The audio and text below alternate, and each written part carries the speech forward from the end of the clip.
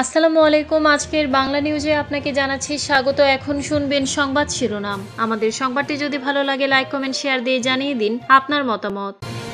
গাজাকে বিভক্ত করার পরিকল্পনা, পুনর্গঠন ও নিরাপত্তা নিয়ে শঙ্কা।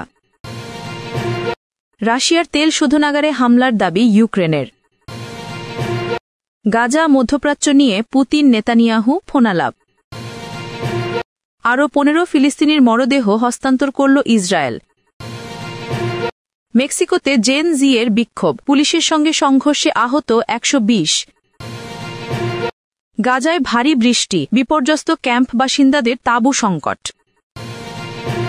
গাজাকে বিভক্ত করার পরিকল্পনা, পুনর্গঠন ও নিরাপত্তা নিয়ে শঙ্কা। ফিলিস্তিনের গাজা উপত্যকাকে একটি পরিকল্পনার আয়তায় 2 ভাগে ভাগ করার প্রস্তাব করেছে যুক্তরাষ্ট্র। সে অনুযায়ী গাজার কিছু অংশে দ্রুতই পুনর্গঠন ও নিরাপত্তার জন্য আন্তর্জাতিক ও ইসরায়েলি বাহিনী মোতায়েন করা হবে। তবে বাকি অংশ নিয়ে পুনর্গঠনের বিষয়ে কিছু জানায়নি। ধারণা করা হচ্ছে আপাতত বিধ্বস্ত অবস্থাতেই রাখা হবে। মার্কিন প্রশাসন এই 2টি অঞ্চলকে গ্রিন জোন ও রেড জোন নামে চিহ্নিত করবে। গ্রিন জোনে নতুন শহর ও পুনর্গঠন প্রকল্প চালু করা হবে। এখানে আন্তর্জাতিক ও ইসরায়েলি যৌথ নিরাপত্তা বাহিনী নিয়োজিত থাকবে। রেড জোন মূলত যুদ্ধবিধ্বস্ত অংশ হিসেবে থাকবে। পুনর্গঠনের উদ্যোগ নেওয়া হবে না। উদ্বেগের বিষয় হচ্ছে ইতোমধ্যে প্রায় সমস্ত গাজাবাসীকে রেড জোনে স্থানান্তরিত হয়েছেন। মার্কিন কর্মকর্তারা জানিয়েছেন পুরো গাজা পুনর্গঠন করা সম্ভব হলে ভালো হতো, কিন্তু এটি বাস্তবায়ন কঠিন ও সময় সাপেক্ষ।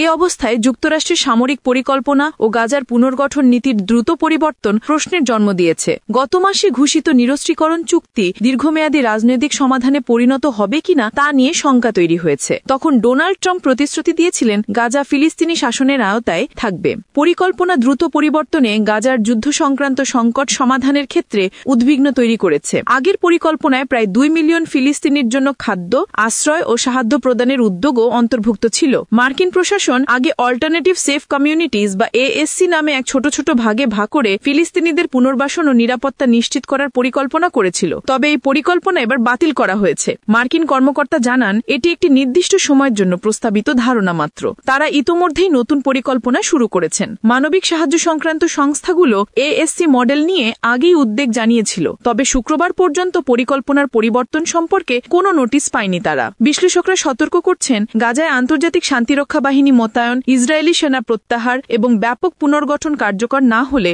গাজার 2 বছরের ধ্বংসাত্মক যুদ্ধের পরও অনিশ্চয়তার মধ্যে থেকে যাওয়ার শঙ্কায় রয়েছে। রাশিয়ার তেল শোধনাগারে হামলার দাবি ইউক্রেনের। মস্কোর নিকটবর্তী রাশিয়ার একটি তেল শোধনাগারে হামলা চালানোর দাবি করেছে ইউক্রেন। এর মাত্র একদিন আগে রাশিয়া কিয়েভে ব্যাপক ও প্রাণঘাতী হামলা চালায়। শুক্রবার সামাজিক মাধ্যমে ইউক্রেনীয় সেনাবাহিনী জানায় শত্রুপক্ষের মিসাইল ও বোমা হামলার সক্ষমতা কমাতে রিয়াজান অঞ্চলের ওই তেল শোধনাগারে হামলা করা হয়েছে। এই হামলা মৌলিক অভিযানের অংশ। শুক্রবার রাশিয়ার হামলায় কিয়েভে অন্তত 6 জন নিহত হয় এবং আরও প্রায় 3 ডজন মানুষ আহত হয়। বসতবাড়ি এবং অন্যান্য স্থাপনায় আঘাত হানা সেই হামলাকে ইউক্রেনের প্রেসিডেন্ট ভলোদিমির জেলেনস্কি পাল্টা আক্রমণ বলে অভিহিত করেছেন। তিনি বলেন ব্যালিস্টিক ও অ্যারোব্যালিস্টিক মিসাইল সহ রাশিয়া প্রায় 430টি ড্রোন এবং 18টি মিসাইল ব্যবহার করে হামলা চালিয়েছে। রিয়াজান শোধনাগারে ইউক্রেনের পাল্টা হামলা ইঙ্গিত দিচ্ছে শীতের আগে আবারও জ্বালানি ভিত্তিক অবকাঠামোয় পাল্টাপাল্টি হামলা বাড়ছে। প্রায় 4 বছর ধরে চলমান যুদ্ধকে নিজেদের পক্ষে ঘুরিয়ে দিতে উভয় দেশই শক্তি অবকাঠামোকে টার্গেট করছে। গত সপ্তাহে ইউক্রেনের রাষ্ট্রীয় বিদ্যুৎ সংস্থা ইউক্রেন এনার্গো জানিয়েছে বিভিন্ন অঞ্চলে বিদ্যুৎ সরবরাহে লোডশেডিং বা নিয়ন্ত্রিত বিদ্যুৎ বিচ্ছেদ চালু করা হবে, কারণ রাশিয়ার সাম্প্রতিক হামলায় ক্ষতিগ্রস্ত অবকাঠামোর মেরামতের কাজ চলছে। গাজা মধ্যপ্রাচ্য নিয়ে পুতিন নেতানিয়াহু ফোনালাপ। ফিলিস্তিনের গাজায় যুদ্ধ নিয়ে সারা বিশ্বই উদ্বিগ্ন। কার্যকর থাকলেও নানা কারণে ভঙ্গুর অবস্থায় থাকা যুদ্ধবিরতি নিয়ে শঙ্কা কাটছে না। জাতিসংঘে গাজা নিয়ে পাল্টাপাল্টি প্রস্তাবও পাঠিয়েছে যুক্তরাষ্ট্র ও রাশিয়া। এমন পরিস্থিতিতে রাশিয়ার রাষ্ট্রপতি ভ্লাদিমির পুতিন ও ইসরায়েলের প্রধানমন্ত্রী শনিবার ফোনালাপ করেছেন। ক্রেমলিন জানিয়েছে এই আলাপচারিতায় মধ্যপ্রাচ্য অঞ্চলের পরিস্থিতি, বিশেষ করে গাজা উপত্যকা নিয়ে বিস্তারিত আলোচনা করা হয়েছে। হামাসের সঙ্গে নিরস্ত্রীকরণ চুক্তি বাস্তবায়ন ও বন্দি বিনিময় সম্পর্কে 2 নেতা কথা বলেছেন। এছাড়া ইরানের পারমাণবিক কর্মসূচি ও সিরিয়ায় স্থিতিশীলতা বৃদ্ধির উদ্যোগ নিয়ে মতবিনিময় হয়েছে। বেঞ্জামিন নেতানিয়াহুর কার্যালয় জানিয়েছে শনিবার সন্ধ্যায় 2 নেতার মধ্যে ফোনালাপটি অনুষ্ঠিত হয়েছে রাশিয়ার প্রেসিডেন্ট ভ্লাদিমির পুতিনের উদ্যোগে। আলাপচারিতায় আগের কয়েকটি আলোচনার ধারাবাহিকতায় মধ্যপ্রাচ্য ও গাজার পরিস্থিতি নিয়ে মতবিনিময় হয়। রাশিয়ান ও ইসরায়েলি নেতাদের মধ্যে এর আগে সর্বশেষ ফোনালাপ হয়েছিল গত 6 অক্টোবর, যেখানে তারা মধ্যপ্রাচ্যের পরিস্থিতি নিয়ে আলোচনা করেছিলেন। পুতিন আন্তর্জাতিক আইন অনুসারে ফিলিস্তিনি সমস্যা সমাধানের সমর্থনে রাশিয়ার সমর্থন পুনর্ব্যক্ত করেন। ইসরায়েলের সামরিক অভিযানে 2023 সালের অক্টোবর থেকে গাজায় 69,000-এর বেশি মানুষ নিহত হয়েছেন, যাদের মধ্যে বেশিরভাগই নারী ও শিশু। 2 বছরের যুদ্ধে অঞ্চলটির ভবন স্থাপনা অধিকাংশই ধ্বংসস্তূপে পরিণত হয়েছে। হামাস ইসরায়েল যুদ্ধবিরতি চুক্তি প্রথম ধাপে ফিলিস্তিনি বন্দীদের বিনিময়ে ইসরায়েলি বন্দীদের মুক্তি দেওয়া হচ্ছে। এছাড়া চুক্তি অনুযায়ী গাজার পুনর্গঠন ও হামাসবিহীন নতুন শাসন ব্যবস্থা গড়ে তুলতে কার্যক্রম হাতে নেওয়া হয়েছে। এদিকে প্রেসিডেন্ট ডোনাল্ড ট্রাম্পের গাজা পরিকল্পনার সমর্থনে জাতিসংঘের নিরাপত্তা পরিষদে পৃথক প্রস্তাব পাশ করানোর চেষ্টা করছে যুক্তরাষ্ট্র। তবে রাশিয়া ট্রাম্পের প্রস্তাবের বিকল্প প্রস্তাব দিয়েছে। আরও 15 ফিলিস্তিনির মরদেহ হস্তান্তর করল ইসরায়েল। যুদ্ধবিরতি চুক্তির অংশ হিসেবে 15 ফিলিস্তিনির মরদেহ হস্তান্তর করা হয়েছে। শনিবার হামাস নিয়ন্ত্রিত গাজার স্বাস্থ্য মন্ত্রণালয় এ তথ্য নিশ্চিত করেছে। গাজা সিটি থেকে এএফপি এ খবর জানায়। মন্ত্রণালয়টি জানায়, শুক্রবার ইসরায়েলি বাহিনী রেড ক্রসের মাধ্যমে মরদেহগুলো ফেরত দিয়েছে। মন্ত্রণালয়টির বিবৃতিতে বলা হয়, ইসরায়েলি দখলদার বাহিনী গতকাল শুক্রবার রেড ক্রসের মাধ্যমে 15 শহীদের মরদেহ হস্তান্তর করেছে। এ নিয়ে মোট 330 মরদেহ পাওয়া গেছে। মন্ত্রণালয় আরও জানায়, এর মধ্যে এখনো পর্যন্ত 97 জনের পরিচয় শনাক্ত করা গেছে। 73 বছর বয়সী ইসরায়েলি জিম্মি মেনি গৌডার্টের দেহাবশেষের বিনিময়ে এই মরদেহগুলো ফেরত দেওয়া হয়েছে। হামাস বৃহস্পতিবার রেড ক্রসের মাধ্যমে তার দেহাবশেষ ইসরায়েলে ফেরত পাঠায়। মেক্সিকোতে জেন জিয়ের বিক্ষোভ, পুলিশের সঙ্গে সংঘর্ষে আহত 120। মেক্সিকো সিটিতে প্রেসিডেন্ট ক্লডিয়া শেইনবাউনের সরকারের বিরুদ্ধে বিক্ষোভকে কেন্দ্র করে ব্যাপক সংঘর্ষের ঘটনা ঘটেছে। শনিবার 15 নভেম্বর হওয়া এ সংঘর্ষে অন্তত 120 জন আহত হয়েছেন বলে জানিয়েছে স্থানীয় কর্তৃপক্ষ। আহতদের বেশিরভাগই পুলিশ সদস্য।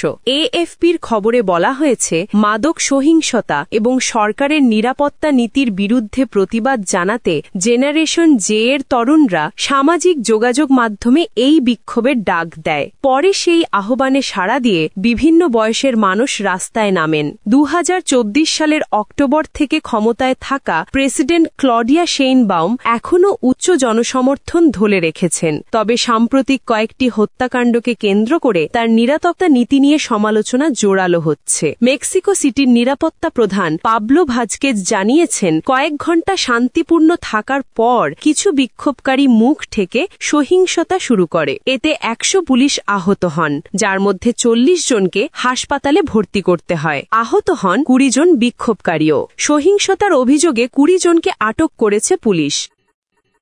গাজায় ভারী বৃষ্টি, বিপর্যস্ত ক্যাম্প বাসিন্দাদের তাঁবু সংকট। গাজায় ভারী বৃষ্টিতে অস্থায়ী শিবিরে বসবাসরত ফিলিস্তিনি নাগরিকরা বিপর্যস্ত হয়ে পড়েছেন। টানা বৃষ্টিতে পানি জমে যাওয়ার সঙ্গে সঙ্গে অপর্যাপ্ত তাঁবু ও আশ্রয়ের অভাব শীতকালকে ঘিরে তাদের উদ্বেগ বাড়িয়েছে। শনিবার দক্ষিণ গাজা উপত্যকার খান ইউনিসে কয়েক ডজন তাঁবু বৃষ্টির পানিতে প্লাবিত হয়। বাসিন্দা আব্দুল রহমান আসালিয়া জানান, শিবিরের থাকার জায়গা, কাপড় ও অন্যান্য জিনিসপত্র পানিতে ভিজে গেছে। পানি নিষ্কাশনে কয়েক ঘণ্টা ধরে অসংখ্য মানুষ কাজ করেছে। আসালিয়া বলেন, আমাদের আরও সাহায্য প্রয়োজন। নতুন তাঁবুর ব্যবস্থা চাই, যা মানুষকে অন্তত শীতের ঠান্ডা থেকে রক্ষা করতে পারে। তিনি আরও বলেন, শীতকালীন বৃষ্টি আল্লাহর আশীর্বাদ, তবে এমন কিছু পরিবার আছে যারা আর বৃষ্টি চাচ্ছেন না। তারা সন্তানদের ও নিজের জীবন নিয়ে চিন্তিত।